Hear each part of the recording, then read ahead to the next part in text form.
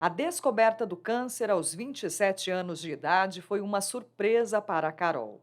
A jovem identificou o nódulo apalpando as mamas e nem mesmo o médico acreditava que seria um tumor maligno. Eu estava deitada um dia em casa, sem qualquer pretensão de encontrar nada, né, acho que a gente nunca tem, mas eu não tinha pretensão alguma, não estava fazendo autoexame, mas senti uma bolinha, um carocinho na mama, ele tinha mais ou menos o tamanho de uma azeitona pequena, assim, e aí aquilo me alertou, eu mostrei para o meu marido, e aí então mostrei para minha mãe e eles já ficaram mais alerta, e aí imediatamente a gente marcou o médico. Eu sempre fiz os exames, já tinha um histórico de ir ao médico, de me cuidar, mas eu nunca imaginei, até porque não tenho pessoas próximas, né, minha mãe, minha avó, ninguém nunca desenvolveu a doença.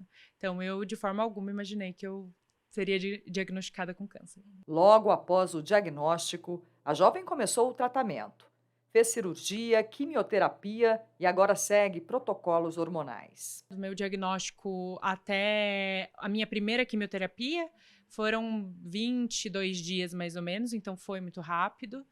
E aí eu fiz 6 químios, depois fiz a retirada, porque a gente acabou descobrindo que eu tenho uma mutação genética que eu recebi da minha mãe. Depois da retirada eu fiz 12 imunoterapias, né, que a gente chama, que é um pedaço aí da medicação da químio, mas sem aquela agressividade. E aí depois, eu vim parar aí nessa fase que eu tô, que é de hormonioterapia, que eu tomo todos os dias um bloqueador hormonal e induz a menopausa também, no meu caso foi preciso, porque o meu câncer era hormonal. De acordo com o Instituto Nacional do Câncer, o tumor de mama é o segundo mais prevalente no Brasil. Corresponde a 10,5% dos casos. Só fica atrás do câncer de pele não melanoma, que responde por 31% das ocorrências. O terceiro mais comum é o câncer de próstata, que equivale a 10,2% dos diagnósticos, seguido do câncer de cólon e reto e o de pulmão. Ainda segundo o INCA, até 2025, o país deve registrar por ano 725 mil novos casos da doença. Para conscientizar a população sobre os riscos da doença, foi instituído o Dia Mundial do Câncer, que é celebrado em 4 de fevereiro. A proposta é chamar a atenção para o problema e estimular o diagnóstico precoce e a busca pelo tratamento. A grande maioria das pessoas, eles não desconhecem os sintomas. Então ele não sabe que aquilo, essa coquidão que às vezes ele sente porque ele acha que é só por conta do cigarro e na verdade já pode ser uma coisa mais avançada. Então, na verdade, essa conscientização é muito importante não só para prevenir, mas para diagnosticar precocemente. Então, por exemplo, um paciente que ele tem um tumor avançado na laringe, na corda vocal, é um paciente que às vezes a gente tem que fazer uma cirurgia que ele nunca mais vai falar. Vai comer só por sonda e assim vai. Se ele chega muito inicialmente, às vezes a gente faz tudo por dentro da boca, não precisa nem cortar o pescoço. Com o objetivo de reforçar o alerta, um projeto de lei aprovado pela Câmara Municipal incluiu no calendário oficial da cidade o Dia Municipal da Luta contra o Câncer, também comemorado em 4 de fevereiro. A ideia é realizar ações que levem informações aos moradores. De acordo com o DataSUS, São José dos Campos registrou no ano passado 4.652 casos de câncer. É de suma importância ter um dia de conscientização para que a gente possa orientar a população para um diagnóstico precoce. Para a gente ter um diagnóstico precoce, porque quanto mais rápido o diagnóstico, melhor é a chance de cura.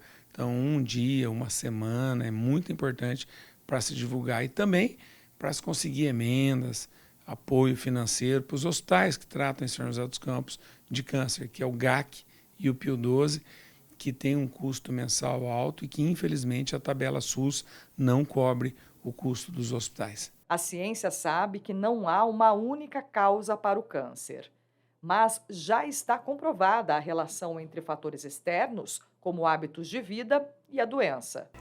Quando a gente fala do paciente mais comum, mais propenso para ter esse tipo de tumor, a gente fala, normalmente é o homem acima de 60 anos, que já fuma há bastante tempo.